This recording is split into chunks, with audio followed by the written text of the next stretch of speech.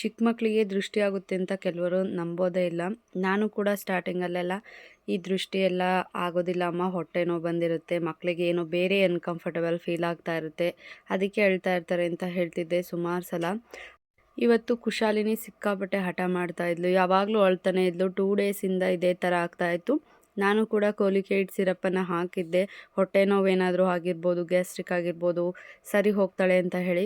But ಏನೂ ಕೂಡ use ಆಗಲಿಲ್ಲ. ಮತ್ತೆ ಅಳ್ತಾನೆ ಇದ್ಲು. ಸಿಕ್ಕಾಪಟ್ಟೆ ರಗಳೆ ಮಾಡೋಳು. ಏನಕ್ಕೆ ಅಂತ ಹೇಳಿ ಗೊತ್ತಾಗ್ದಲೇ ಅಮ್ಮ ದೃಷ್ಟಿ ಆಗಿರಬೇಕು ತುಂಬಾ, ಅದಕ್ಕೆ ಈ ರೀತಿ ಆಗಿದೆ ಅಂತ ಹೇಳಿ ಬಾಲಗ್ರಹದ ತಾಳಿನ ಹಾಕಿದ್ರು. ಮತ್ತು ಅದ್ರ ಜೊತೆಯಲ್ಲಿ ಬಿಳಿ ಸಾಸಿವೆ ಬರುತ್ತೆ, ಅದನ್ನು ತಗೊಂಡು 3 ಸಲ ಮಕ್ಕಳಿಗೆ ನೀವಿಳಿಸಿ ಅದನ್ನು ಕೆಂಡದಲ್ಲಿ ಹಾಕಿದ್ರೆ ತುಂಬ ಬೇಗ ದೃಷ್ಟಿ ನಿವಾರಣೆ ಆಗುತ್ತೆ. ಸೊ ನೀವು ಕೂಡ ಬೇಕಾದರೆ ಟ್ರೈ ಮಾಡಿ. ಖುಷಿ ಈ ರೀತಿ ದೃಷ್ಟಿ ತೆಗೆದಿದ್ದು ಸಂಜೆ. ನೈಟ್ ಫುಲ್ಲು ಆರಾಮಾಗಿ ಮಲ್ಕೊಂಡ್ಲು. ಇನ್ನು ನಾಳೆಯಿಂದ ಫುಲ್ ಆ್ಯಕ್ಟಿವ್ ಆಗಿದ್ಲು. ಏನೂ ಕೂಡ ಪ್ರಾಬ್ಲಮ್ ಆಗಲಿಲ್ಲ.